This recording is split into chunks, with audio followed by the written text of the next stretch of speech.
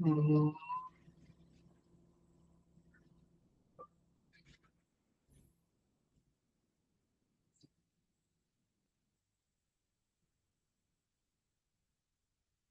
हम्म,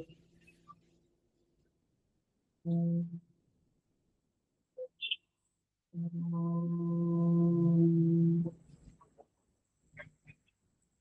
ओ सहना भवतु, सहनौ भुनक्तु, सह वीर्यं करवावहै, तेजस्विनावधीतमस्तु मा विद्विषावहै।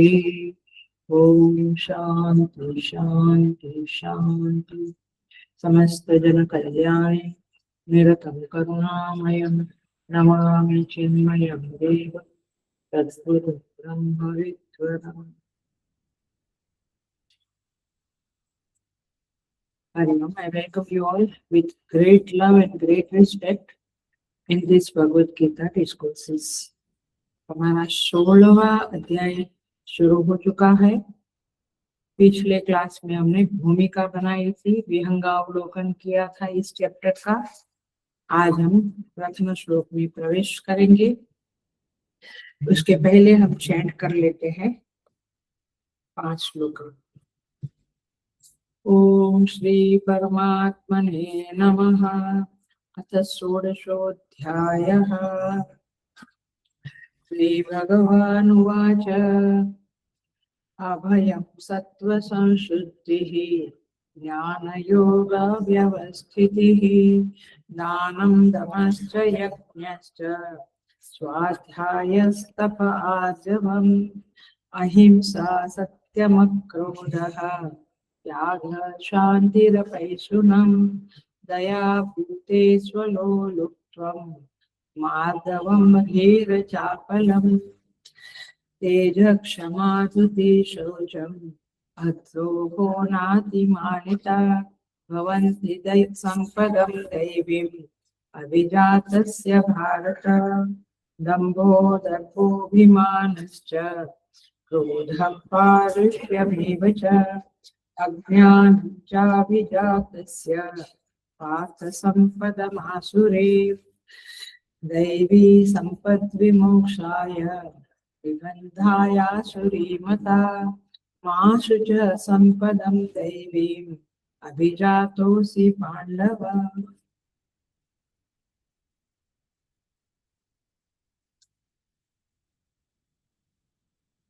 पहला श्लोक है, भगवान दैवी संपत्ति का वर्णन शुरू करते हैं, जो बहुत इम्पोर्टेंट है प्रैक्टिकल साधना के लिए। क्योंकि यदि दैवी संपत्ति है तो जो हमारा गोल है अंतःकरण शुद्धि और परमात्मा की प्राप्ति, इस लक्ष्य को हम पा सकेंगे, अन्यथा नहीं। तो इस अध्याय में हम दैवी और आसुरी संपत्ति के बारे में देखेंगे। श्री भगवान उवाच, भगवान कहते हैं अभयम सत्व संशुद्धि ही। अभयम माने भय का सर्वथा अभाव, भय होना ही नहीं, उसे अभय कहेंगे। सत्व संशुद्धि चित्त की निर्मलता, अंतःकरण की संपूर्णतया निर्मलता को सत्व शुद्धि कहते हैं। सत्व माने अंतःकरण शास्त्र में। वैसे सत्व रज तम भी है माया के 3 गुण, बट सत्व माने अंतःकरण।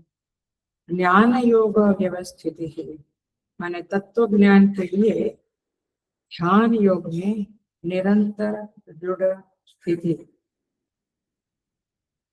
तात्पर्य ये कि मेडिटेशन, डीप मेडिटेशन, निधिध्यासन, इसको कहेंगे ज्ञान योग व्यवस्थित। और दानम दमश्च यज्ञश्च, सात्विक दान आगे 17 में आएगा, हम थोड़ा देखेंगे। दमः माने इंद्रियों का दमन, कंट्रोल ओवर द सेंसेस, इंद्रियों पे कंट्रोल। यज्ञश्च, यज्ञ माने भगवान की, देवता गुरुजनों की पूजा से यज्ञ कहेंगे। अग्निहोत्र आदि सोचा। स्वाध्याय, वेद का शास्त्रों का पठन पाठन। और भगवान के नाम का कीर्तन। तपः, धर्म पालन के लिए, स्वधर्म पालन के लिए कष्ट सहना, इसे क्या कहेंगे? तप। च माने और, आजवम, शरीर तथा इंद्रियों के सहित अंतःकरण की सरलता। कितनी वैल्यू हुई?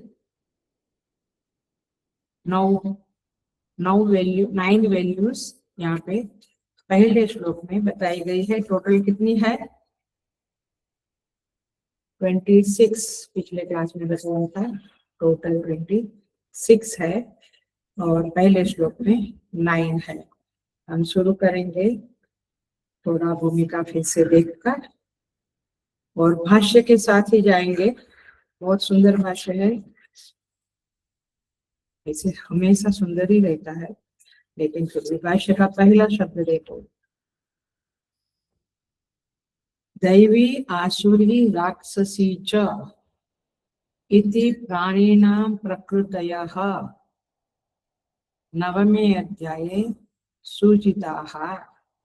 नवम अध्याय में दैवी प्रकृति, आसुरी प्रकृति और राक्षसी प्रकृति, ऐसे 3 प्रकृति के बारे में किसकी? प्राणिनां प्रकृतयः। जरा ध्यान से हर एक शब्द को देखेंगे। प्राणियों की ये 3 प्रकार की प्रकृति को नवमे अध्याय में बताया गया है।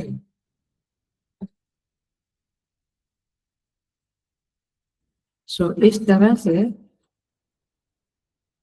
यहाँ पे ये बात कही है। तो भाष्य का पहला शब्द उठाते हैं।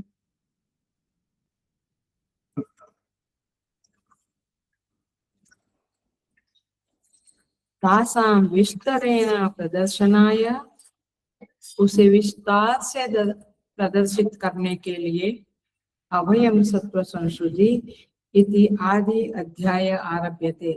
इस तरह से यहाँ पे शुरू करते हैं। अध्याय क्या प्रारंभ होता है? उस तीनों प्रकृतियों को सूचित करने के लिए।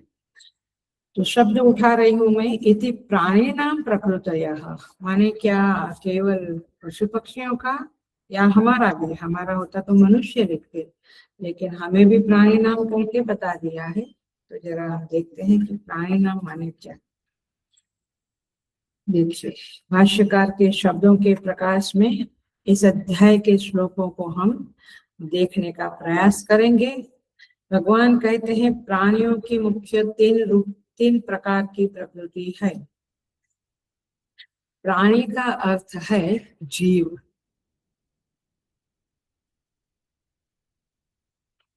प्राणी का अर्थ है जीव। अच्छा, जीव जो है वो जीव भाव का अभिप्राय क्या है? सुन लेना अच्छी तरह से, अटेंशन प्लीज, ध्यान से सुनना। प्राणी का अर्थ है जीव और जीव भाव का अभिप्राय है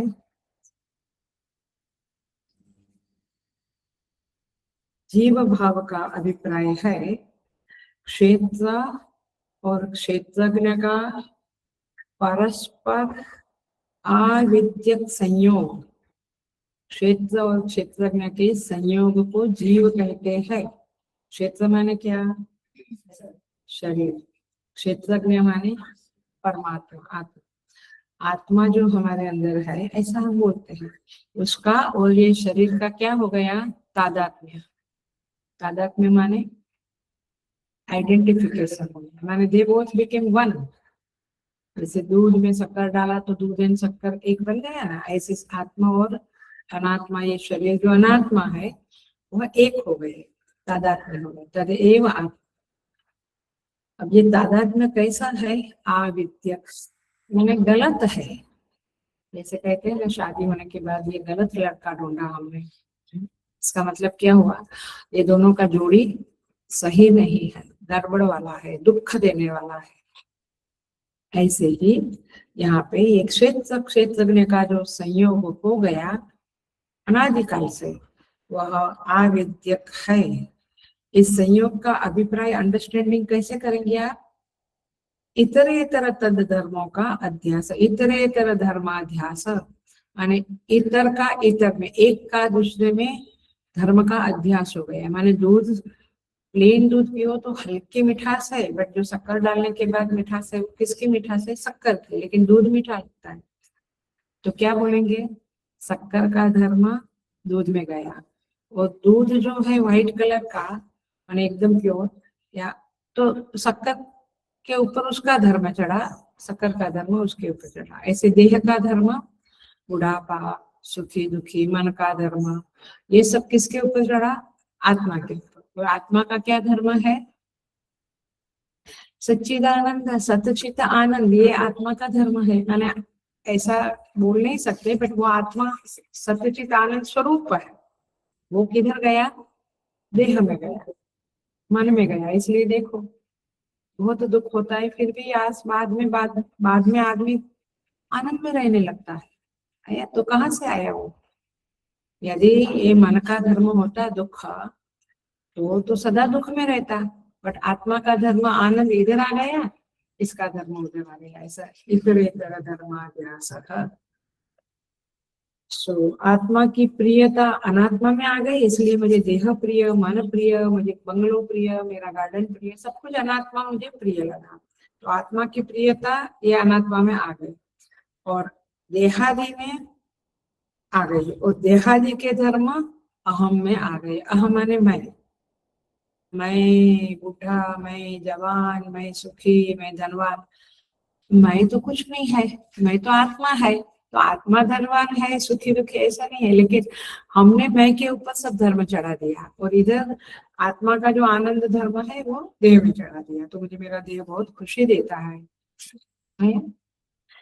सो इस प्रकार का तादात्म्य हमारे जीवन में बना रहता है। इसीलिए भगवान शंकराचार्य जी ने हमें भी प्राणी की कैटेगरी में डाला है, क्योंकि प्राणी माने जीव। तो जीव की बातें अभी इस चैप्टर में चलने वाली है। माने हम प्राणन करने वाले हैं, श्वासोच्छ्वास करने वाले हैं, जीवित लोग हैं। हमारे जीवन में भोग है, कर्म है, इच्छा, द्वेष, सुख दुख, सब कुछ हमारे जीवन में है।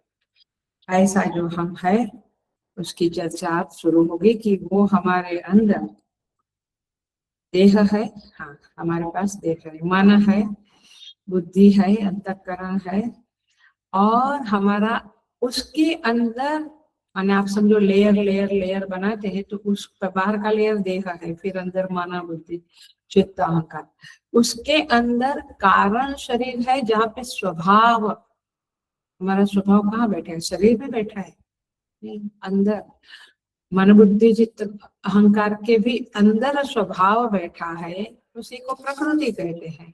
आया? सो यह प्रकृति जो है वही हमारा स्वभाव है, और उस स्वभाव में 3 विभाग है। दैवी स्वभाव है किसी का, आसुरी स्वभाव है किसी का, राक्षसी स्वभाव है किसी का। सो इस तरह से वयम प्राणिनः, भगवान भाष्यकार कहते हैं, इति प्राणिनां प्रकृतयः नवमे अध्याये सूचिता। नवम अध्याय में ये बात करी है। माने ज्ञानियों की भी अपनी प्रकृति है। तभी तो देखो कोई ज्ञानी को कॉफी पसंद है, किसी को चाय, किसी को अच्छा रहना पसंद है, कोई बोलता है कैसा भी चलेगा, इवन दिगंबर अवस्था में भी रह लेते हैं। तो अंदर की प्रकृति के मुताबिक उनका बाहर का व्यवहार है। कोई संत बड़े गुस्से वाले होते हैं, कोई बिल्कुल शांत होते हैं। So you never know. तो अभिप्राय क्या है? प्रकृति का संस्कार, वासना, स्वभाव, ये सबको क्या बोलेंगे? प्रकृति। अब देखो यह जो प्रकृति है, पहले हम इस प्रकृति को जरा सा समझे, फिर हमें दैवी प्रकृति वगैरह में हम प्रवेश करेंगे। तो प्रकृति क्या करती है? अच्छा, आपके अंदर संस्कार है, वासना है, प्रकृति है, स्वभाव है, वो क्या करता है? बैठा रहता है क्या उधर? वो क्या करता है? I miss offline class. वो आपके जीवन को कंट्रोल करता है, राइट। आपके अंदर प्रकृति में, आपके स्वभाव में, आपकी वासनाओं में क्रोध बहुत है, तो आपका जीवन कहीं एक और चलेगा। और दया बहुत है तो दूसरी ओर चलेगा। आपका जीवन चलता है ना, आपकी लाइफ चल रही है ना। तो ये प्रकृति क्या करती है, सबसे पहले तो अंतःकरण का नियमन करती है, अंतःकरण में आती है।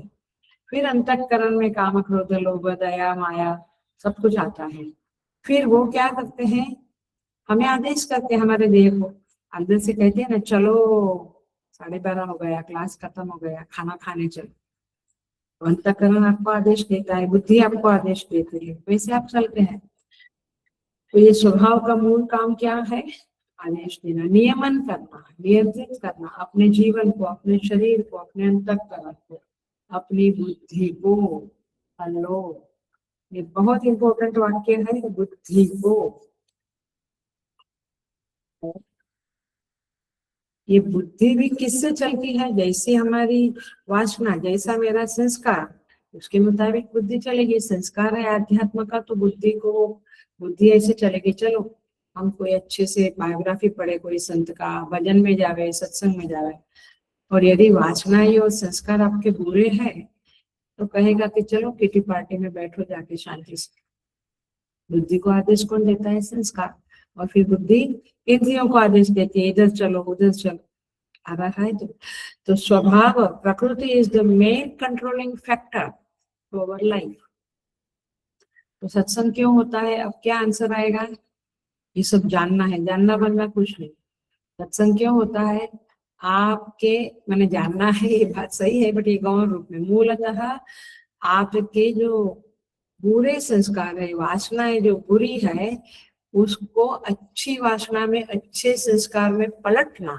इसके लिए आप बच्चों को बाल विहार में, युवाओं को युवा केंद्र में भेजते हैं, और आप लोग हमारे सत्संग में आते हैं। आ रही है बात समझ में। बहुत सारे फैक्टर्स है सत्संग में क्यों आते हैं, बट ये मेन फैक्टर है कि हमारे संस्कार सुधर जावे, हमारे कुछ श्रवण करेंगे तो कुछ बुद्धि में अच्छी बातें आ जाएंगी। तो इस तरह से ये प्रकृति का रोल आप पहले एकदम क्लियर कर डालो। मैं क्यों समझू कि मेरी प्रकृति क्या है, क्योंकि मैं ज्यादा से ज्यादा दैवी प्रकृति अर्जित करूं, ऑन करूं, और आसुरी और राक्षसी प्रकृति को हटाऊं। That's the main thing why you are doing japa, meditation, ये सब इसी के लिए है। तो इसलिए 16वें अध्याय का विषय अंतःकरण नहीं है, राइट। देह नहीं है, इंद्रिया नहीं है, क्या है, प्रकृति माने स्वभाव। 13वें अध्याय में क्या था, क्षेत्र और चेतन आत्मा और ये शरीर के संबंध के बारे में था। 14वें अध्याय में क्या था, सत्व, रज और तमस, ये त्रिगुण के बारे में था। 15वें अध्याय में तो बहुत सारे टॉपिक थे, सृष्टि प्रकरण, ईश्वर प्रकरण, जीव प्रकरण एक्सेट्रा। और ये 16वें अध्याय में क्या है, प्रकृति। आ रहा है आपको, गीता समझ में आती है। गीता में क्या है, वही की वही बात है, वही की वही नहीं है।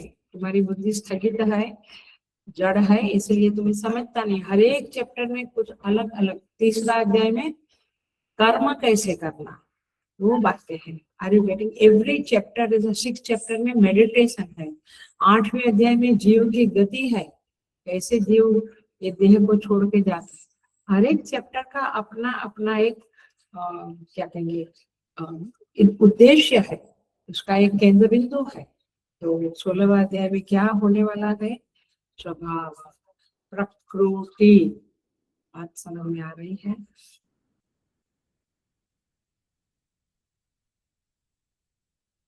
ओके, सो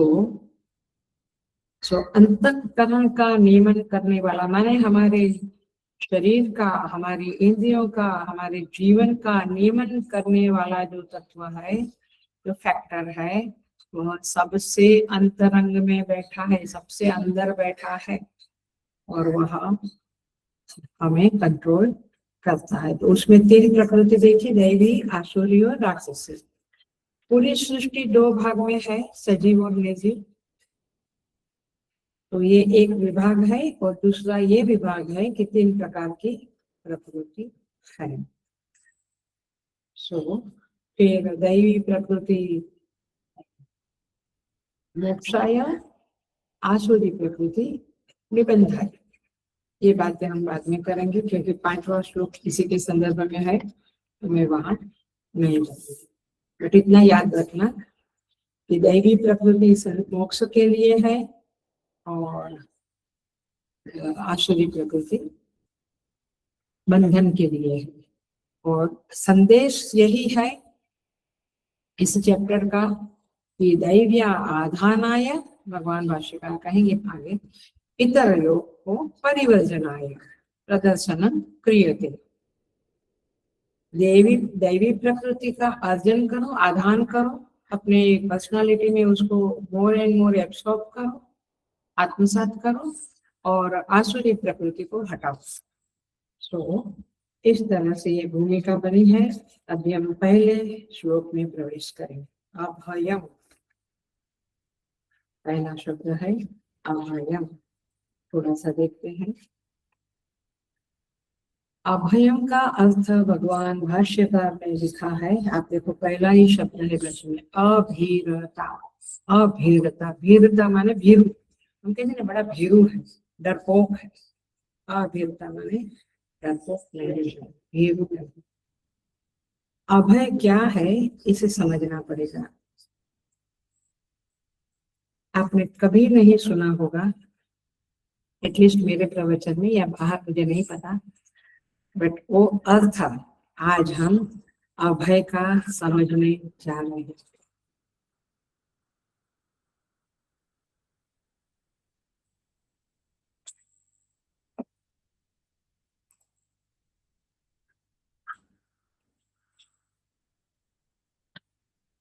अभय का अर्थ है शरणागति,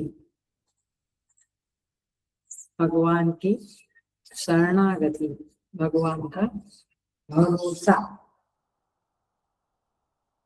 अभय कहाँ, वो शरणागति कहाँ, कनेक्शन करेंगे हम, शांति से करेंगे।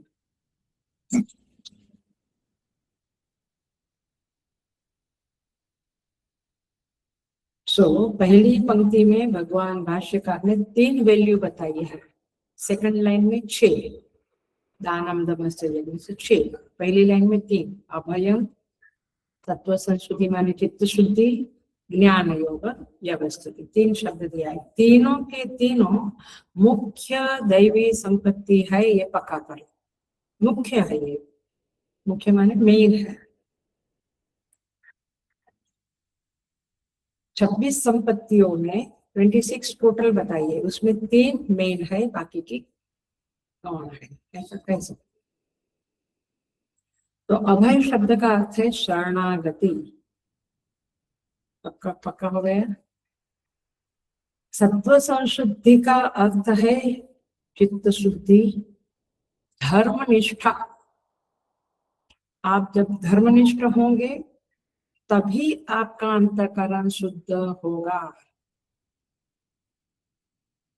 माने मैं बहुत दान कर दिया, मैं बहुत सेवा किया, लेकिन दान के पीछे मुझे कीर्ति का लोभ है, सेवा के पीछे मुझे पुण्य का, पुण्य तो मिलता ही है, सेवा के पीछे मुझे और कुछ है कि मैं सब में बड़ा बन जाऊं, सब लोग मुझे रिस्पेक्ट करें, तो नहीं होगा। धर्म निष्ठा चाहिए। ये सब धर्म है, ये सब अंतःकरण शुद्धि के साधन है, दान इत्यादि, किंतु उसमें धर्म तत्व कितना है ये देखना पड़ेगा। ये तो मेरा क्या प्लेट लगे उधर, मैंने दान किया उसका, सब नहीं। धर्मनिष्ठा और व्यवहार शुद्धि, ये सब मीनिंग इसका देखेंगे हम आगे चल के, अभी इतना ही समझिए। और तीसरा है ज्ञान योग व्यवस्थिति। इसमें ज्ञान शब्द का अर्थ है श्रवण, और योग शब्द का अर्थ है मनन और निधिध्यासन। ओ ऐसा है क्या? हाँ जी, ऐसा ही। ज्ञान माने श्रवण, योग माने मनन और निधिध्यासन। अब देखते हैं डिटेल में इन शब्दों को देखते हैं। ज्ञान शब्द का अर्थ भगवान शंकराचार्य जी ने बहुत सुंदर कहा है। भगवान भाष्यकार कहते हैं, ज्ञानम शाश्वतः मिला सेकंड आचार्यतः च आत्मादि पदार्थानां अवगमः। सेकंड पैराग्राफ माने ज्ञान क्या है? शास्त्र से और आचार्य के द्वारा जो आत्मा के वगैरह के बारे में बताया जाता है, माने उसको जो जाना जाता है, उसको जो जानना है, उसे ज्ञान कहेंगे। मैं ज्ञानी हूँ, मेरे पास ज्ञान है, मुझे ज्ञान है, तो मतलब क्या? तुझे प्लांटिंग का ज्ञान है तो नहीं चलेगा, तुझे स्पेस का ज्ञान है वो भी नहीं चलेगा। ज्ञान किसका? शास्त्र और आचार्य के द्वारा आत्मादि पदार्थाना, आत्मा आदि के बारे में जो अवगम जानना है उसे ज्ञान कहेंगे। तो मेरा बेटा बड़ा ज्ञानी है बोल जाओ, ज्ञानी तो किसको कहेंगे? आत्मा के बारे में जानने वाले को। उसके अंदर थोड़ा आत्मादि शब्द भाष्यकार ने लिखा है, देखो, आत्मादि पदार्थाना माने आत्मा आदि पदार्थाना। तो आदि में क्या आएगा? सृष्टि की प्रक्रिया, सृष्टि और सृष्टि की प्रक्रिया, 24 तत्व, शरीर त्रय, पंचकोश, प्रमाण और उन प्रमाणों के द्वारा जाने जाने वाला प्रमेय, ये आएगा ज्ञान के सिद्ध। मैंने आपको जीव जगत और ईश्वर का ज्ञान है तो आप ज्ञानी, बट बाकी अंदर ये सब टैलेंट है, ये म्यूजिक है, ये एक्टिंग है, ये पॉलिटिक्स है, वो जितना भूगोल इतिहास वो ज्ञान है तो आप ज्ञानी नहीं कहलाएंगे। आप लौकिक ज्ञान कहलाएंगे, आपके पास है, बट आध्यात्मिक ज्ञान नहीं। तो आध्यात्मिक ज्ञान तो इसी में है, आत्मा, ईश्वर, जगत, सृष्टि, कार्य करना, संघर्ष, शरीर क्या है, इन सब का ज्ञान को ज्ञान कहेंगे। अब योग शब्द का अर्थ देखें हम। भाष्यकार कहते हैं, अवगतानां इंद्रियादि उपसंहारेण एकाग्रतया स्वात्म संवेद्यता आपादनम योगः। मिली योग के डिफरेंस। इसका अर्थ क्या है? अवगतानां स्वात्म संवेद्यता आपादनम, बस इतना सा टुकड़ा पकड़ो, माने आत्मा के बारे में जो अनुभव है, आत्मा संवेद्यता, संवेद्य होना माने मुझे जानना, वेद्य माने जानना, संवेद्यता आपादन, उसको अनुभव जब मुझे मिलता है, अनुभव में जब वो ज्ञान आता है, तब उसे क्या कहेंगे? योग। योग माने जुड़ना, माने वो ज्ञान जो आपने सुनकर प्राप्त किया वो अब आपके अनुभव से जुड़ गया। शक्कर मीठी होती है, शक्कर मीठी होती है, अथवा ये मिठाई है वो स्वीट होती है, बट वो मिठाई जब तक मेरे मुंह में नहीं आई तब तक केवल हमारा कोरा ज्ञान रहेगा, बट मुंह में आई, हाँ सच में हो, it is very sweet, very nice, okay, मधुर रस है इसका। तो ये अनुभव ज्ञान, ये तो रसगुल्ला की और मिठाई की बात करें, लेकिन आत्मा के बारे में सुनने के बाद जब उसका मुझे अनुभव होवे, रियलाइजेशन होवे, तब उसे कहेंगे योग। अच्छा, होना, रियलाइजेशन होना, उसे योग कहेंगे। तो माने आत्मा निर्लेप है, असंग है, दुख मात्र है, निराकार है, ये सब चीजें जब मुझे अनुभव में आएगी तब क्या कहा जाएगा?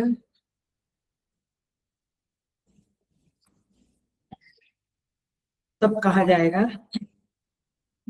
योग।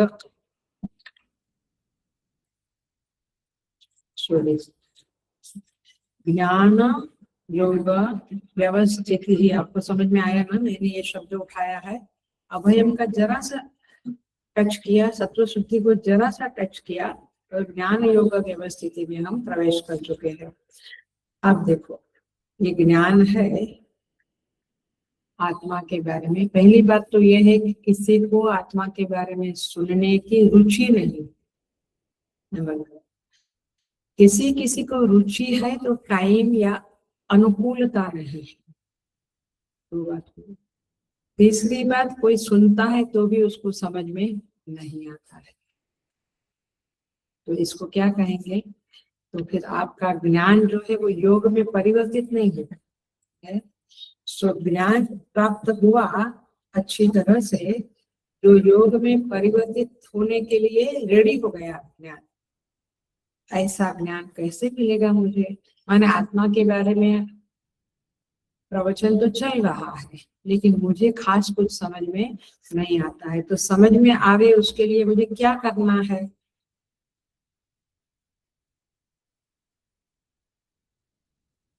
तो आचार्य लोग कहते हैं, माने शंकराचार्य जी स्वयं कहते हैं, इंद्रियादि उपसंहारेण या एकाग्रतया। आपको क्या करना है उस ज्ञान को प्राप्त करने के लिए? इंद्रियों को कंट्रोल करके रखना है। माने कुछ देखना है नहीं, मोबाइल उठाना ही नहीं है मुझे, टीवी चालू करना ही नहीं है, रिमोट को हाथ नहीं लगाना है। कुछ सुनना, कोई शुरू किया कुछ तो हम कहते सॉरी मुझे काम है, छोड़िए। किसी की निंदा नहीं सुनी, अर्थात हम इंद्रियों को कंट्रोल करें। तो भगवान भाष्यकार कहते हैं, इस इंद्रियों के कंट्रोल के द्वारा जो एकाग्रता आती है, तब जाके आप आत्मा के बारे में समझ सकोगे। नहीं, टीचर बराबर नहीं है, वो समझा नहीं सकते।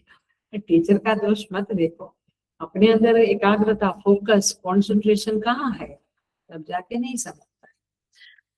कठोपनिषद में कहते हैं, यदा पंचावतिष्ठते ज्ञानानि मनसा सह बुद्धिश्च न विचेष्टति तम ताम आहुः परमाम गति। परम गति, अच्छी गति, अच्छा मेडिटेशन किसको कहेंगे?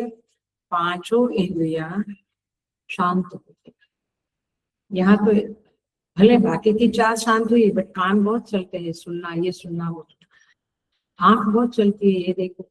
ऐसा नहीं, पांचों इंद्रियां शांत हो गई है, बुद्धि भी इधर उधर घूमती नहीं, ये करो वो करो, कुछ नहीं, शांत।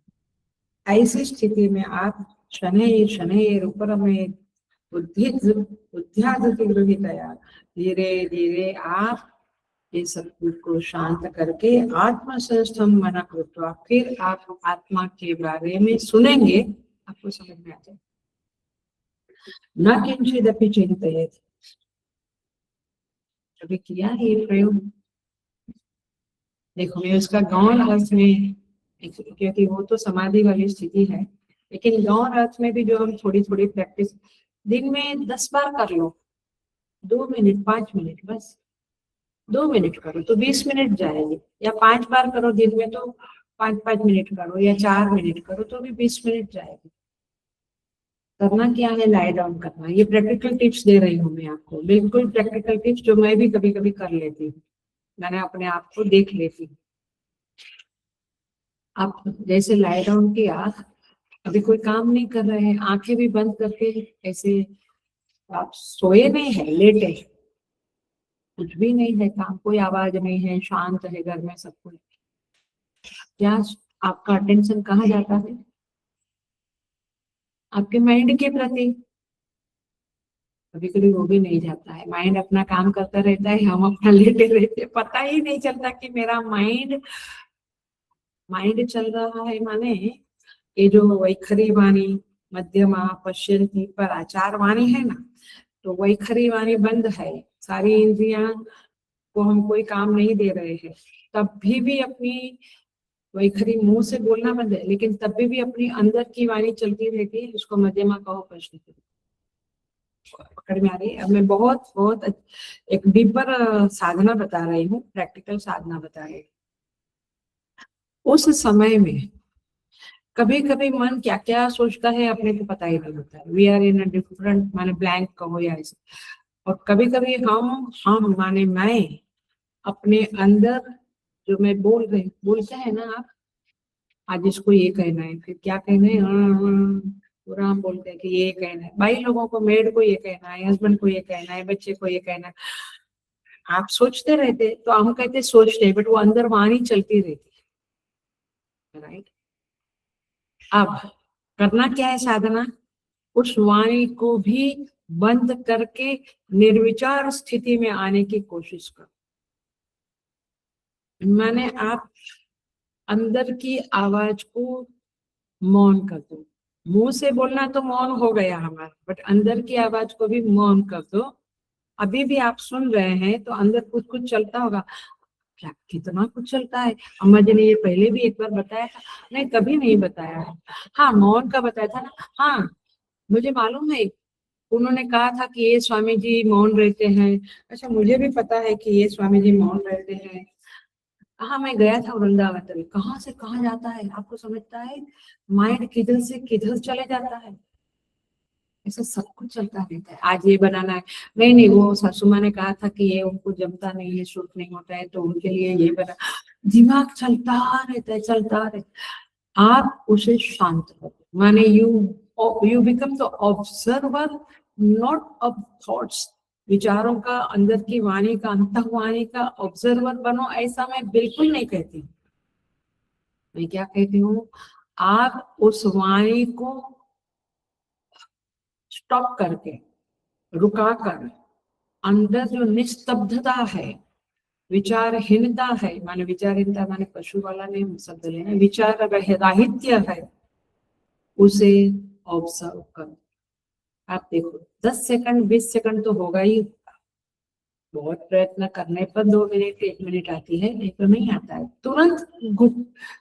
तुरंत वो गिर जाता है बात करने में, वो अंदर अंदर अंदर अंदर बात करता रहता है, या तो स्वयं से या किसी से होता है। आप अंदर भी किसी का चेहरा देखते हुए अंदर बात करते हैं ना उसके साथ। तो बात क्या है, इंद्रियाणि उपसंहारेण एकाग्रतया। तो इंद्रियों को इस तरह से चुप कर देना है, अंतःवाणी को स्टॉप कर देना है। आज से स्टार्ट करो, वो देखो, दैट इज द पॉइंट कि जहां पे आप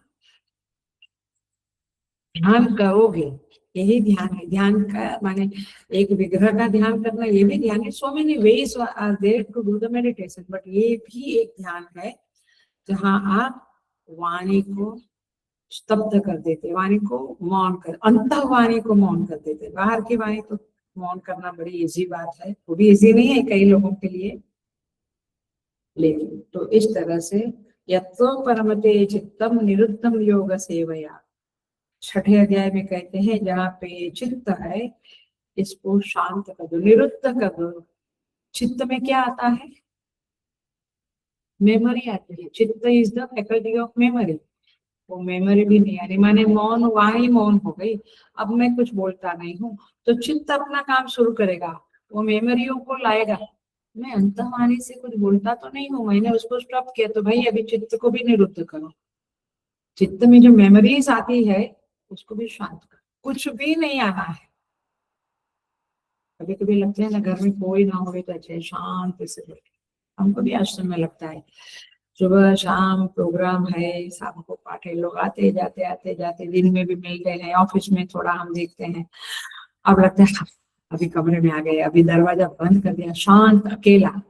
वो जैसे बाहर से अकेला अच्छा लगता है, ऐसे अंतर वाणी भी शांत हो जाए, चित्त भी शांत हो। आपको समझ में आता है, इसको क्या कहेंगे, ज्ञान योग नहीं कहेंगे, अभी तो ज्ञान है। तो ये ज्ञान प्राप्ति के लिए ये स्थिति की जब आपको आदत पड़ेगी, तब आपको आत्मा के बारे में जानने को भी अच्छा लगेगा, जान भी पाओगे। तो ये इजी नहीं है, but of course you can do it. तो इस तरह से ज्ञानम शब्द को हमने देखा। अब देखो योग, अब उसका अनुभव करना, उस आत्मा के बारे में जो सुना है उस पे हम मनन करें, निधिध्यासन करें, तब हम योग की स्थिति में जाएंगे, माने तब हम उस आत्मा के साथ जुड़ेंगे, आत्मा का अनुभव के लिए हम रेडी हो जाएंगे। कब, मनन निधिध्यासन। केवल श्रवण से कुछ होगा, मनन भी, मनन माने उसके बारे में चिंतन करना पड़ेगा। अभी हनुमान चालीसा होगा, 108 पाठ किया, या यहाँ पे सब जगह बहुत बहुत जगह पे 11-11 पाठ हुए, मंदिरों में पाठ किया, मंजीरा बजाया, ढोलक बजे, सब कुछ, हारमोनियम बजा, सब कुछ होता रहा। हमने जिसकी हम आराधना कर रहे हैं, ये हनुमान चालीसा का पाठ करते हुए, उस हनुमान जी के बारे में कितना मनन किया? कुछ भी नहीं। आप फोटो देखते रहे, फिर ये फोटो अब जुना हो गया है, हम ही बात किया, नया फोटो लेना पड़ेगा, एटसेट्रा एटसेट्रा। फिर कई लोग कहते हैं बड़ा माला अभी तक आई नहीं, अच्छा अच्छा आ गई अभी आई, अच्छा ये फूल का हार, शायद इससे बेटर वो हार ऐसा लेते तो अच्छा।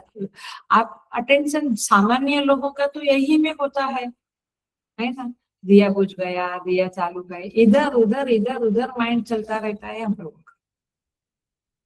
लेकिन हनुमान जी कौन है? हनुमान जी कैसे मुझे आशीर्वाद देंगे? हनुमान जी के पास में ये मांगा है, कब मिलेगा? वो कौन? वो डिवाइन दैवी, माने दैवी पुरुष है। कहाँ कहाँ होंगे, कैसे होंगे? क्या हम उसके बारे में चिंतन किया? नहीं किया। समझ में आता है? ये तो एक अभी अभी का ताजा ताजा होता है, उसी का एग्जाम्पल में देती रहती हूँ। बट मूल बात है, वो आत्मा के बारे में जब तक मनन नहीं हुआ, चिंतन नहीं हुआ और निधिध्यासन नहीं हुआ, तब तक योग शब्द आपके जीवन में नहीं आएगा।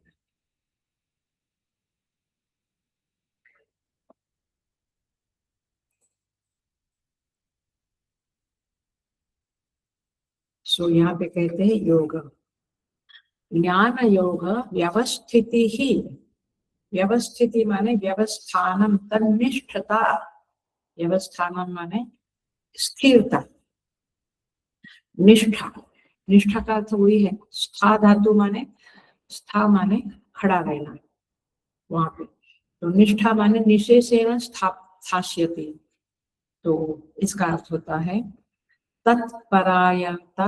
निष्ठा माने परायणता, परायणता माने जैसे लड़की ससुराल गई, फिर उसको बच्चा हुआ, तो उसकी पूरी परायणता बच्चे के प्रति है। परायणता माने वही परम है, वही उसी में मन घूमता रहता है। ऐसे यहाँ पे आत्मा में ही मन घूमता है, उसको क्या कहेंगे? व्यवस्थिति। ज्ञान, अब समझा? ज्ञान माने सब स्वाध्याय करते हुए, प्रवचन सुनते हुए समझना, फिर उसके बारे में मनन करना, वो योग हुआ, और फिर व्यवस्थिति हुई माने तत्परायणता।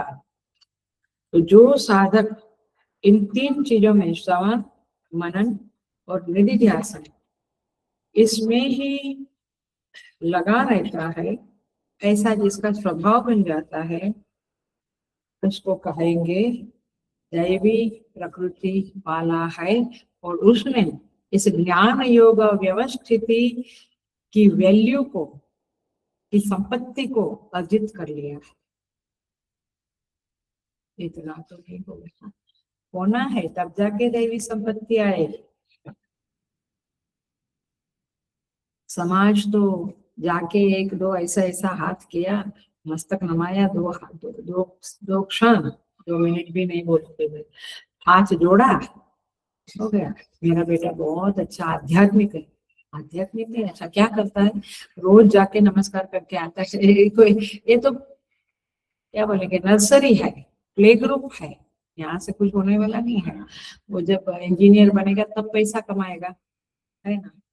तब पैसा कमाएगा, तब जाके एस्टैब्लिश होगा, शादी होगी, तो आपको क्या करना है? उसको प्ले ग्रुप में ही रखना है क्या? तो इसलिए अब उतना करता है, उसे क्यों पैसा कमाने में संतोष नहीं होता है, और कमाए, और तो इसमें क्यों संतोष करते हैं कि बस नमस्कार करता है मेरा बेटा, अब तो उसका कोई बाल बांका नहीं करेगा। अरे ऐसा नहीं है, प्ले ग्रुप में कोई भी बाल बांका कर सकते हैं। समझ में आती है बात? सो या खुद स्वयं भी उसमें संतुष्ट हो जाते हैं, नॉट गुड। तो यहाँ पे ये श्रवण मनन निधिध्यासन का स्वभाव बन जाता है, तब ज्ञान योग व्यवस्थिति होती है। अब देखो अभय शब्द को ले लेते हैं। जीवन में भय बना रहता है। हाँ बिल्कुल बना रहता है। ये गर्मी में बाहर निकलेंगे, अभी का ताजे ताजे एग्जाम्पल दे, पता नहीं मुझे क्या लू ना लग जावे, या हेडेक ना हो जावे, या पेट गड़बड़ ना हो जावे, क्योंकि गर्मी लगने से कुछ कुछ होता है। ये एक सिंपल भय है। बारिश है तो ठंड ना लग जावे, चलता रहता है हमारा, तो भय तो चलता रहता है। और कौन से भय होते हैं? हम कभी बैठते ही नहीं है, सोचते निधिध्यासन मनन तो करते ही नहीं है। और कौन से भय होते हैं? आगे चल के क्या होगा, बेटा मेरा इधर रहेगा कि उधर जाएगा, फॉरेन जाएगा, फिर मैं अकेला रहेगा तो क्या होगा, हम दोनों में से एक चले गए तो मैं अकेले कैसे रहूंगी। Are getting the point? ये मैं 50-55 की उम्र वाले लोगों से भी सुनने लगी हूँ। ये सुनाते हैं मुझे, अम्मा अभी तो मन मजबूत कर रहे हैं कि बेटा तो उधर गया, अभी हमको अकेले रहना है। फिर मेड रखेंगे, इसको इतना पैसा देना पड़ेगा, तो अभी कितना पैसा है। आपका चित्त ये सब चीजों में घूमता रहता है, राइट। ये क्या है? भविष्य की चिंता। ये क्या देती है आपको? भय देती है। तो भय आप देखो, ऐसे हम दौड़ते चलते फिरते हैं, खाना बनाते, काम करते, घूमने जाते, पाठ करते, सब करते, लेकिन ये भय कैसा बैठा है अंदर, वो बीच में उठता रहता है। आप उसको इतना हाईलाइट नहीं करते, बट आप समझो तो देखो उठता रहता है भाई। अच्छा ये खांसी होती है, कुछ इन्फेक्शन हो गया, कुछ दमा तो नहीं होगा, अस्थमा तो नहीं होगा आगे चल के, अब मुझे हमेशा के लिए तेल वाला नहीं खाना। क्या क्या क्या, माने भविष्य की चिंता सबको लगी रहती है, बड़े बड़ों को भी लगी रहती है। कोई होता है, मैं बताऊंगी कि किसको भय नहीं होता है, ये आएगा आगे। दूसरा, योगक्षेम का दबाव तो हमेशा भय में रखता है। योगक्षेम माने मेरे पास ये चीजें नहीं है, उसको कैसे खरीदूं, कैसे अर्जित करूं, और फिर उसको कैसे संभालूं। या घर, गाड़ी, शादी किया तो पत्नी, उसको थोड़ा संभाल के रखना है, डाइवर्स ना हो जाए। भय भय भय। आजकल के जो भी बच्चे लोग मिलते हैं जो यंग है, 20-22 नहीं, 25-30 के बीच वाले, तो कहते हैं नहीं अम्मा जी शादी नहीं करना है, डर लगता है वो छोड़ के चले जाएंगे, फिर 10 लाख 20 लाख पर। अभी एक का सुना कि 7 दिन रही तो 50 लाख मांगा। मैं बोला आप देंगे क्या? बोले देंगे नहीं, अभी क्या सोच रहे हैं। माने जबरदस्त जमाना आया है। Anyway, तो ये सब भय तो रहता ही। तो योग चिंता, क्षेम चिंता, भविष्य की चिंता, चिंता में अपरिमेयाम प्रलयांता, आगे चल के आएगा। ये शरीर है तब तक भय लगा रहता है, चिंता लगी रहती है। तो इसको एक क्या कहें, एक सेंट्रल आइडिया के रूप में रखें तो इसको ऐसे कहेंगे, मन में दो बातें एक साथ उठती है। देखो ये आपका मन को देखो, यहाँ इस ये 26 वैल्यूज में मन को बहुत कुछ देखने का अभ्यास होगा हमें। पंडित रामचंद्र शुक्ल जी ने भय की परिभाषा सटीक लिखी है। वे कहते हैं भय माने क्या?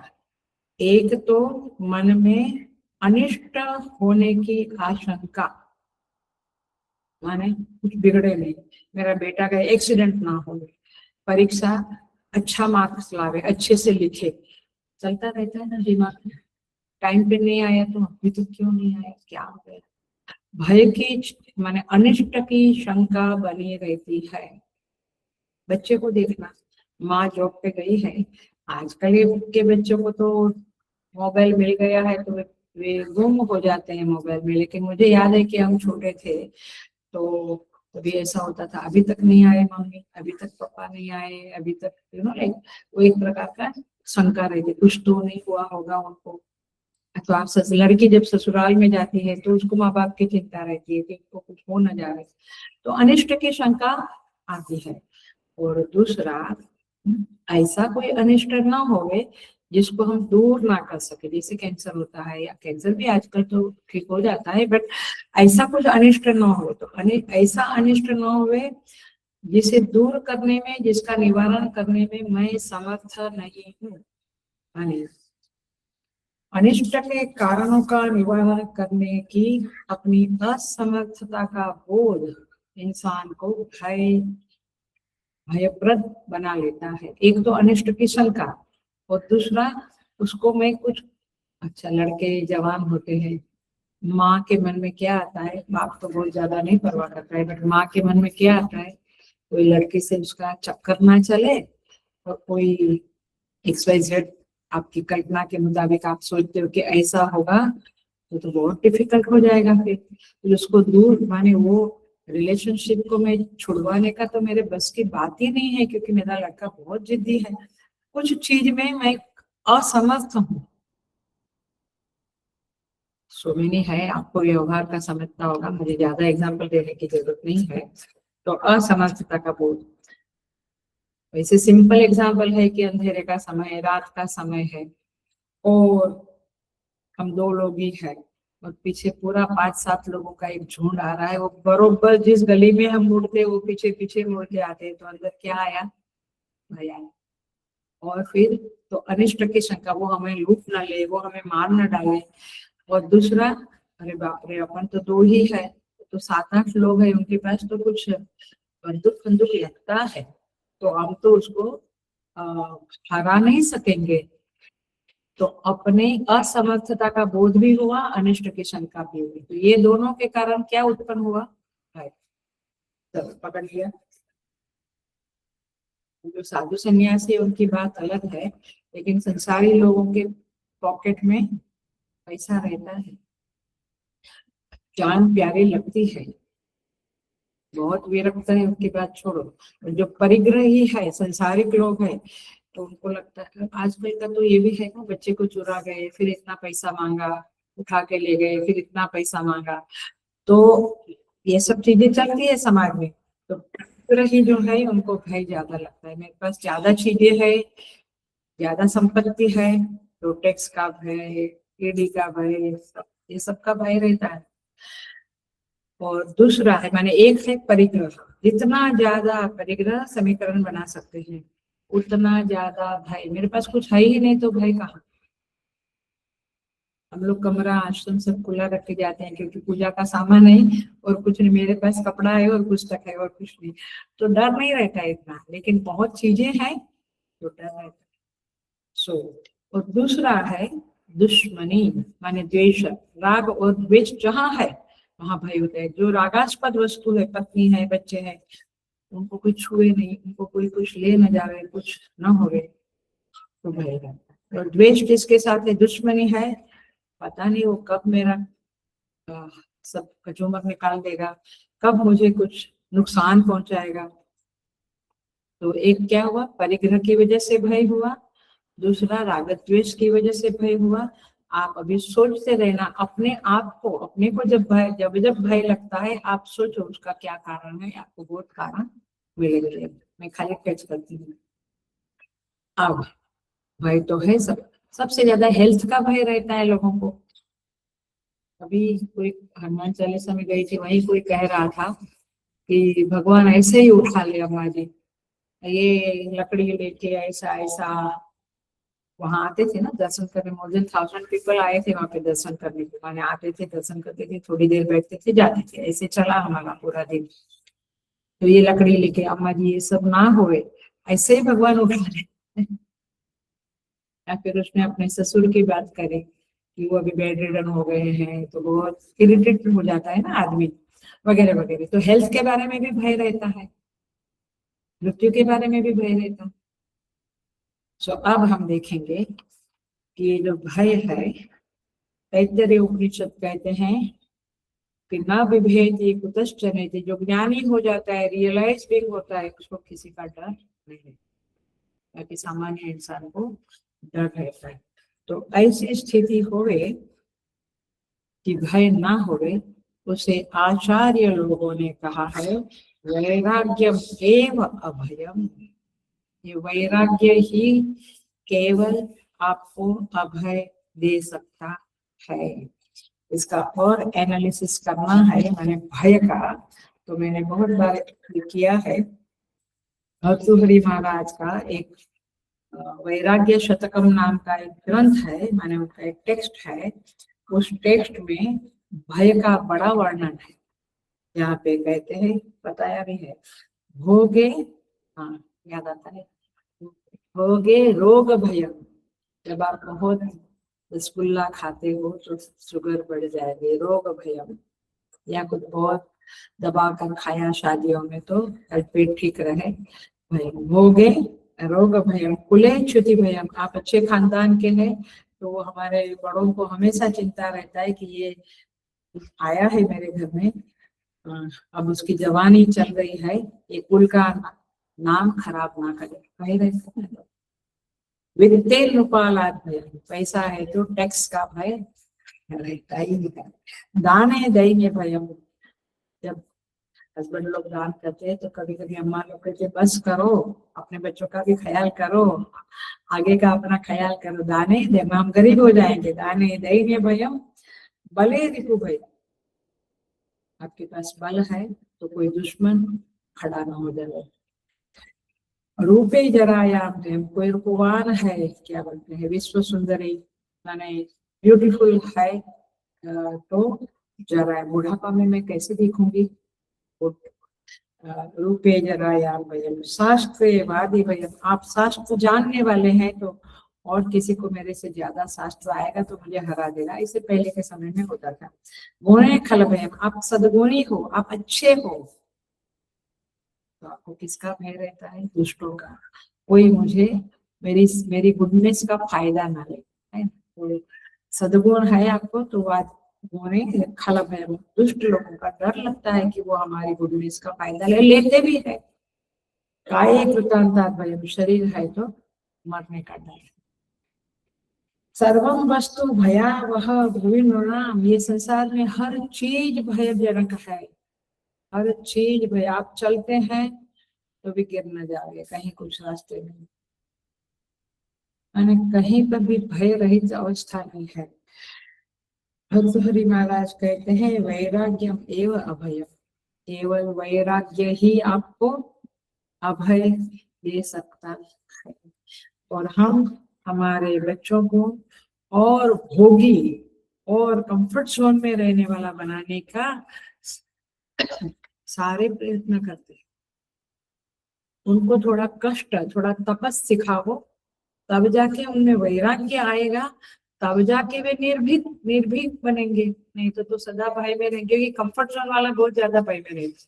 इसको भोग सुविधाएं सब माँ बाप एकदम अच्छे, एक ही बच्चा होता है तो करते ही है, देते हैं, उसको जरा सा एक चीज नहीं मिली तो ये फेंका वो फेंका, गुस्सा दिस दैट, तो ये तो आपने उसका स्वभाव बिगड़ डाला। सो वैराग्यम एवं, वैराग्य वाला व्यक्ति के अच्छा ठीक है, चलता है, जो भी है ठीक है, इज फाइन, इज कंफर्टेबल। तो इस तरह से यहाँ पे दो चीज बताई, दो उपाय बताया। एक क्या बताया, परिग्रह से भय होता है तो अपरिग्रह से अभय होता है, वह एक उपाय। जितना कम है हमारे साथ चीजें अथवा व्यक्ति, रिलेशनशिप, धन, वस्तु, जो भी सब कुछ कम है उतना आप भय रहित रहोगे। इसीलिए आप देखो कई बार लोअर मिडिल क्लास या ऐसे लोग मजे में रहते हैं, बहुत धनवानों को बहुत फिक्र रहती है। और दूसरा है वैराग्य, वैराग्य माने राग द्वेष राहित्य, माने कहीं बहुत राग नहीं, कहीं बहुत द्वेष नहीं, किसी ने हमारा कुछ बिगाड़ा छोड़ दो जाने दो, और कोई बहुत रागास्पद नहीं कि उसके लिए हम दुनिया को क्या कहे, दफा कह दे, माने दुनिया को हम छोड़ दे, ऐसा कोई रागास्पद भी होना नहीं चाहिए। तो ये दो, अपरिग्रह और वैराग्य, ये निर्भय होने का उपाय है। पकड़ी बात आपने। और इसलिए ये क्लासिक एग्जाम्पल रामचरितमानस में आता है, सुग्रीव महाराज किससे डरते थे, वाले से, भाई से, क्यों निकाल दिया था, और एक जगह पे ऋषिमुख पर्वत के ऊपर ही खाली सेफ्टी थी कि जहां वो आ नहीं सकता था। भगवान आए और हनुमान जी ने कहा कि राम जी आए हैं, इसको मालूम पड़ा, सुग्रीव को वैसे भयभीत हुआ, फिर धीरे धीरे परिचय हुआ, फिर कहा कि फिर भी मैं परीक्षा ले लूंगी ये राम कौन है। तो कहा दो बार, दो परीक्षा दी। एक तो क्या किया, 7 ताड़ के वृक्ष उसको एक बार में मार दो, फिर दोस्ती हुई, फिर सीता जी को लाने की बात हुई, बाली के साथ युद्ध की बहुत सारी बातें हुई। तो उन्होंने परीक्षा करी, 7 ताड़ के वृक्षों को एक बार में बिंद डालो, और दुंदुभी नाम के राक्षस का जो पर्वत समान अस्थि है, उसका अस्थि पर्वत जितना बड़ा था, बड़ा पर्वत ऐसा, उसको आप एक बार में ढा डालो, मैंने उसको खत्म कर डालो, नीचे गिरा दो। भगवान ने किया, तब जाके सुग्रीव को भगवान में विश्वास आया, तब वो निर्भय आया। तो पहला क्या है, माने उसने भगवान की शरणागति, मैंने सबसे पहले बोला था अभय माने शरणागति, अब समझ में आई बात। शरणागति, अपरिग्रह, वैराग्य। तो ये पहला एग्जाम्पल दे रही हूँ, शरणागति। शरणागति जब आई, बिल्कुल निश्चिंत हो गया, अब मैं वाली को मारूंगा। अब पंक्ति है कि वाली को मारूंगा, ये विश्वास मुझे हो गया है। तो ये पहला है शरणागति, दूसरा है अपरिग्रह, और तीसरा है वैराग्य। आपको जितना वैराग्य होगा और अपरिग्रह होगा, उतनी आपकी शरणागति बढ़ेगी। तो इस तरह से भगवान ने भी कहा योगक्षेमम वहाम्यहम्। तो इसका अर्थ ये हुआ कि जगत की शरणागति लो, हमें चाहिए धन, चाहिए लोगों का या संबंध चाहिए, बिना रिलेशन किसी से के ना हो तो आदमी घुट जाता है, दम घुट जाता है उसका।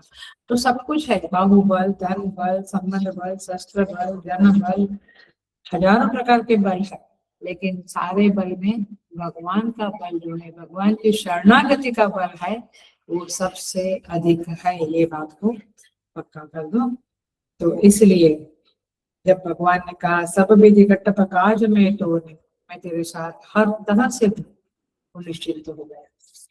दुर्वासा का एग्जाम्पल देखो, गए थे पांडवों का मुंह नीचा दिखाने के लिए, वो उधर से ही स्नान किया और आए ही नहीं। वो तुलसी का एक पत्ता याद है ना, वो एक भाजी का एक पत्ता था, विष्णु बोले इससे हो जाएगा, मतलब कि उधर ही उनको पेट भर गया वाला। भगवान क्या नहीं कर सकते हैं, वो सब कुछ कर सकते हैं। और इसीलिए नानक देव जी महाराज कहते हैं, जो भावे सो कर कृपा तुलसी, नानक तेरो है, मैंने जो चाहे वो करो आप, मैं तो आपका हूँ। इसका अर्थ ये हुआ, प्रभु जैसे रखे वो उसका प्रसाद है, उसी में मैं खुश हूँ, मुझे उससे अलग कुछ नहीं चाहिए। ये आपका जब समझ बन जाएगा, फिर आपकी शरणागति पक्की बनेगी। और इसीलिए अहिल्या जब भगवान ने स्पर्श किया तो उसके रूप में आ गई, पत्थर बन गई थी। और कहते हैं जो प्रभु कीना सो भल मा, सो अति, जो प्रभु कीना सो भल मान्यो, भगवान ने जो किया वो मेरे भले के लिए है। और हम सोचते हैं भगवान ये करे तो अच्छा, वो करे, जो करते हैं उसमें कुछ ना कुछ भलाई है, ये हम जानना चाहिए। तो इसे कहते हैं अभय दैवी संपत्ति। तीसरा है सत्व शुद्धि। सत्व शुद्धि माने अंतःकरण शुद्धि। भाष्यकार क्या कहते हैं देखो, अंतःकरण से संव्यवहारेषु, माने जब अंतःकरण व्यवहार करता है, परवंचन माया अमृतादि परिवर्जनम, दूसरों के साथ छल, वंचना माने छल, कपट, झूठ आदि को छोड़कर शुद्ध भावेन व्यवहार इत्यर्थः, शुद्ध भाव से व्यवहार करना, इसे अंतःकरण शुद्धि कहते हैं। देखो तो सही, दिन में कितना छल कपट, कितना वंचना, कितना झूठ होता रहता है, होता रहता है। मैं कहती हूँ झूठ मन में आता है, छल करने का इच्छा होता है, लेकिन उसको रोक देना ये साधक का कर्तव्य है। अंदर भी झूठ ना बोलूं मैं, बहुत बार हम बोलते हैं, बाहर नहीं बोलते बट अंदर झूठ बोल देते हैं, नहीं विचार भी झूठ का ना आवे, और किसी को छलने की इच्छा तो ना होवे, उसका विचार भी ना आवे, ये है अंतर। ये बहुत कठिन है। कठिन तो नहीं है, यदि हम छोटे थे और तब से माँ बाप हमें सिखाते हैं तो इस उम्र तक हो जाता है, काफी कचरा साफ हो जाता है, बट माँ बाप सिखाते नहीं है ऐसा सब कुछ बच्चों को। तो इसीलिए ये है अंतःकरण शुद्धि। और इसे कहते हैं शुद्ध भावे न व्यवहार, माने व्यवहार में शुद्ध भाव माने धर्म निष्ठा, जो मैंने पहले कहा था राइट ओपनिंग में क्लास में, धर्म निष्ठा होनी है, व्यवहार शुद्धि होनी है। क्योंकि भगवान को ये छल कपट पसंद नहीं है। क्या कहते हैं भगवान रामचरितमानस में? भगवान कहते हैं मोहि कपट छल छिद्र न भावा। जो सरल लोग हैं वो मुझे पसंद है। उनकी उतनी रही है, मोहि कपट छल छिद्र न भावा। मुझे कपट छल और जो दूसरों की निंदा करते हैं वो मुझे बिल्कुल पसंद नहीं है। आप यदि भगवान का प्रिय बनना चाहते हो तो भगवान जो चाहते हैं वैसा करो ना, है ना। जब लड़की ससुराल में आती है तो कुछ चीजें उसको पसंद नहीं है, बट हस्बैंड जैसा चाहता है, ससुराल के सास ससुर सब कैसा चाहता है वैसा वो डल जाती है, तब जाके वो एडजस्ट करती है। आजकल क्यों एडजस्ट नहीं करती है? क्योंकि उनको ढलना नहीं आता है। सो भगवान का प्रिय बनना है तो भगवान का जो आदेश है, उनको जो प्रिय चीज है वही करो। उनको भजन पूजन पसंद है तो वो करो, छल छिद्र पसंद नहीं तो वो मत करो। सो तात्पर्य ये है, सत्व शुद्धि का अर्थ है मन में उद्विग्नता ना आवे, चित्त सदा शांत रहे, तब जाके आप क्या कहे जाओगे? सत्व संशुद्धि ही। और उसके आधार पे आपका व्यवहार होगा तो वो सात्विक व्यवहार होगा, और वह व्यवहार दैवी संपत्ति की कैटेगरी में चला जाएगा, माने आप दैवी संपत्ति वाले हो जाओगे। पर छल कपट है तो भगवान कहते हैं आप में दैवी संपत्ति नहीं है तो कौन सी संपत्ति है? आसुरी अथवा राक्षसी। उसका भी फर्क हमने देखा है। आसुरी माने विलासोन्मुख, और राक्षसी माने क्रूरता, माने मेरा भोग, मुझे ये सब भोग, कंफर्ट जोन चाहिए, ये सब चाहिए। तो उसके लिए सिंप्लीफाई से नहीं मिलता है, सरलता से नहीं मिलता है। तो मैं क्या करती हूँ, किसी को हटा के, किसी को छल कपट से, उसके साथ झूठ बोलकर कुछ करके हम अपना कंफर्ट जोन ढूंढ लेते हैं। उससे क्या कहेंगे? राक्षसी। माने ऐसा जो करते हैं वो राक्षसी प्रकृति वाले, क्रूर प्रकृति वाले हैं। गांधी के बारे में हमें पता है, माँ ने कहा था, याद है ना, पुतली बाई उनकी माँ का नाम था, उनकी पत्नी का नाम क्या था? कस्तूरबा। तो पुतली बाई ने, माँ ने उनको बैरिस्टर बनने जा रहे थे इंग्लैंड, उनको कहा था कि तुम दारू माने ये शराब ये नहीं पियोगे, नंबर 1, तुम परस्त से गमन नहीं करोगे।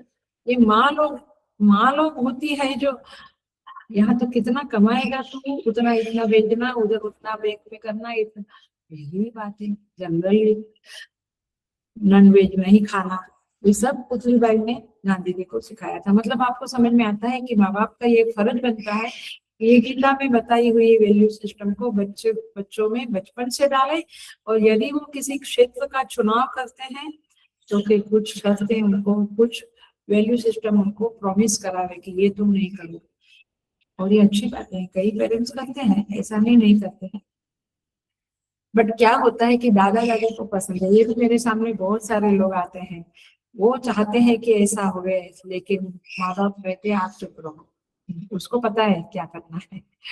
तो तात्पर्य ये है कि बहुत सारे हमारे बच्चे जाते हैं बाहर, इतना या कोई फील्ड में जाते हैं तो उतना उनको गाइडेंस या एडवाइस या प्रोमिस नहीं ली जाती है। सो यहाँ पे बात है सत्व शुद्धि, अंतःकरण शुद्धि। और ये जो शब्द है वंचन माया, परवंचन माया अनृत, ये जबरदस्त शब्द है।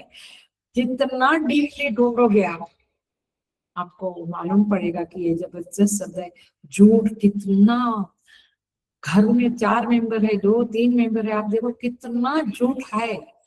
घर के मेंबर भी आजकल की परिस्थिति, पहले तो इतना नहीं था, एक दूसरे से सच नहीं बोलते हैं, झूठ बोलते हैं, छिपाते हैं। परवंचना उनके साथ छल कपट करते, बच्चे करते हैं पेरेंट्स के साथ, और क्या बात करें।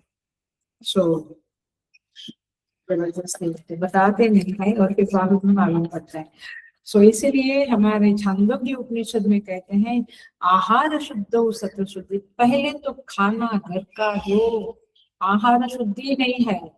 मेरा ऋतु में मैं देखती हूँ, ऋतु एनजीओ में काफी लोग सैटरडे संडे होटल और या बाहर का मंगा लेते हैं, घर में खाना नहीं बना। ये एक ट्रेडिशन हो गया है, पता नहीं है कहाँ से ये ट्रेडिशन आया कि सैटरडे संडे माने किचन नहीं खोलने का, माने चूल्हा नहीं जलाने का, खाना बाहर का या तो होटल में या तो, और फिर दूसरे दिन बीमार भी पड़ते हैं। लेकिन वो ही ट्रेडिशन चालू करते हैं। आहार शुद्ध सत्व शुद्धि, माने जब खाना घर का होगा तो सत्व शुद्धि, अंतःकरण शुद्धि होगी। सत्व शुद्ध हुआ स्मृति, और जब अंतःकरण शुद्ध होगा उसकी स्मृति। मैंने बहुत बार नहीं तो कुछ बार तो कहा ही है कि लोग कहते हैं कि मेमोरी नहीं चलती है, मेमोरी लाओ, क्योंकि सत्व शुद्ध हुआ स्मृति। आपका अंतःकरण शुद्ध होगा तो आपकी मेमोरी पावरफुल। स्मृति लंबे सर्वग्रंथि भी प्रणाशः। जब आपको स्मृति होगी तो आपकी ये जो अज्ञान की ग्रंथि है वो धीरे धीरे हटेगी। इसीलिए कबीर कहते हैं, बहुत सुंदर कहते हैं, मेरा बहुत फेवरेट है ये। जैसे वो है ना, एक और भी है मेरा फेवरेट, वही कबीर कहे हम वही ठिकाने। ऐसा एक ये भी मेरा फेवरेट है, कबीर मन निर्मल भया। कबीर कहते हैं कि मेरा मन निर्मल है। कबीर मन निर्मल भया जैसे गंगा नीर, गंगा के पानी के जैसा मेरा मन निर्मल। पाछे हरि लागा फिरे, कहा था कबीर, कबीर ये कहा है ना, पहले भी कभी कहा है, पाछा लागे हरि फिरे। माने भगवान अब पहले मैं हरि के पीछे पीछे जाता था, पाछा लागे हरि फिरे, माने पाछे हरि लागा फिरे, मेरे पीछे पीछे भगवान आते। कहत कबीर कबीर, ऐ कबीर ऐ कबीर, वो कहते हैं पहले मैं है प्रभु कहता था, वो मुझे कबीर कबीर कहते हैं। भजन किसका बढ़ गया, कबीर का। क्यों बढ़ गया, अंतःकरण। कबीर मन निर्मल भया, प्यारी पंक्ति है, बहुत प्यारी पंक्ति है। ऐसा निर्मल मन होने से भगवान के हम बहुत प्रिय बचे। इसलिए मैं पुनः पुनः पुनः पुनः बहुत बार कहती हूँ, आज भी कहूंगी ताकि मन में ठस जाए कि पता नहीं क्यों मुझे बचपन से टैलेंट के प्रति कभी आग्रह नहीं था, टैलेंटेड व्यक्ति के प्रति कभी आकर्षण नहीं था। मैंने अच्छा लगता है ठीक है, बट आकर्षण तो मेरा जो वैराग्यवान सत्व शुद्धि अंतःकरण निर्मल वाला जो होता है उसी के प्रति था। चाहे वो अंगूठा छाप क्यों ना हो, 4 चौपड़ी पढ़ा हुआ क्यों ना हो, लेकिन मेरा खिंचाव, मेरा अट्रैक्शन उधर ही था। और यही सही है कि आप बहुत ज्यादा, क्योंकि कितने टैलेंटेड लोग कितने भ्रष्टाचारी होते हैं, आप देखा है। टैलेंट बहुत मायने नहीं रखना चाहिए हमारे जीवन में, मतलब हमारे बच्चों में भी कुछ टैलेंट है नहीं है डजंट मैटर, लेकिन अंतःकरण उसका शुद्ध रहे, ये माँ बापों को ध्यान रखना चाहिए। क्योंकि वही चीज है जो आपको इस मनुष्य जन्म मिला है तो आपके मनुष्य जन्म को सार्थक करेगी। टैलेंट बहुत सार्थक नहीं करेगी। टैलेंट है बट आपने, आपके अंदर जो दुर्गुण है जिसके कारण आपने बहुत गलत कर्म किए हैं, तो फिर मनुष्य जन्म ही नहीं मिलेगा तो वो टैलेंट का क्या होगा। फिर कौवा बिल्ली कहीं तो जाओ, कैमल घोड़ा गधा कौन से भी जन्म में जाओ, क्या मिलेगा, वो टैलेंट का क्या फायदा हुआ। बट अंतःकरण शुद्ध किया तो भगवान बोलेगा ये डिजर्व टू गो फॉर मनुष्य योनि, तो फिर भगवान वहां पे भेजेगा। नहीं तो ये सब पशु योनि में ही जाना है। क्योंकि पशु योनि में क्यों गया, क्योंकि गलत कर्म किया था उस जीव ने। और इसीलिए यहाँ पे ये 3 वैल्यू के बारे में भगवान बहुत सारी चीजें माने इसमें समझने जैसी होती है, लेकिन हम आगे बढ़ेंगे। एक और चीजें समझ लेते हैं। आई नो क्रिया, वहां पे कहते हैं क्रिया सिद्धि सत्वे भवती महता नोपकरण है, ये इसके संदर्भ में है। सुन लो 2 मिनट होंगी। क्रिया सिद्धि माने आपको सक्सेस जो मिलती है, सुन लेना, अटेंशन प्लीज, हेलो, बहुत अटेंशन से सुन लेना, बहुत महत्व की बात कहने जा रही हूँ। क्रिया सिद्धि सत्वे भवती, आपकी सक्सेस जो है वह सत्वे भवति। सत्वे भवति माने अंतःकरण की शुद्धि के कारण होती है। ऊपर ऊपर से सक्सेस मिली वो थोड़े समय में, फिर आपको फल दे देगी, आपका पोल पकड़ में आएगा एक्सेट्रा। क्रिया सिद्धि सत्वे भवति महता न उपकरणे, माने महान लोग जो होते हैं जिनको बड़े बड़े अचीवमेंट्स मिलते हैं, उनके अंदर सत्व शुद्धि होती है, तब जाके अचीवमेंट होता है, वे अच्छे होते हैं, माने उनका अंतःकरण शुद्ध होता है। न उपकरण है माने उनका जो क्रिया सिद्धि है वो अंतःकरण शुद्धि में बसती है। उपकरण माने सामग्री, जैसे आपके पास बाप का पैसा है, बाप की सत्ता है, खानदान का इन्फ्लुएंस है, वो सब कितना, वो आप ही पप्पू है तो फिर कितना चलेगा, वो देखो ना, दिख रहा है ना। वो उपकरण जो साधन सामग्री है आपके पास ज्यादा नहीं चलेगी। बाप मेरा बड़ा है तो तू क्या है, लेकिन तू तो है ना। सो बहुत बहुत जबरदस्त वाक्य है, हमेशा याद रखो। ये भी मेरा बहुत फेवरेट है ये वाक्य। क्रिया सिद्धि सत्वे भवति महताम नोपकरण है। इसीलिए ये अटेंडिंग कंपटीशन हो या जो भी प्रोजेक्ट हो, मेरे सारी टीम को पता है कि गलत काम करके हमें बच्चे भी नहीं चाहिए, माने उनको एंट्री मत करवाओ, गलत काम नहीं चाहिए। पूरी प्रोसेस में कुछ भी गलत ना करें तो भगवान फल देंगे, भले कम बच्चे आवे, कम कुछ सक्सेस मिले, डोंट वरी। बट गलत माने गलत काम करके अथवा बहुत ज्यादा इधर का इन्फ्लुएंस कुछ मत करो, अपना काम ठीक से करो, दैट्स इट। सही मार्ग से करो, वैल्यू सिस्टम से करो, सक्सेस आपके चरण छूकर आएगी। सो क्रिया सिद्धि सत्वे भवति महताम न उपकरण। इस तरह से ये सारी बातें हम 3 वैल्यू को हमने देखा। आगे के क्लासेस में 26 वैल्यूज है, आराम से करते रहेंगे और मुझे लगता है कि इसका इफेक्ट जरूर पड़ेगा। हम कहीं ना कहीं तो इम्प्रूवमेंट हमारे अंदर होगी ही होगी। ओम पूर्णमद पूर्णमिदं पूर्णात् पूर्णमुदच्यते पूर्णस्य पूर्णमादाय पूर्णमेवावशिष्यते। ओम शांति शांति शांति।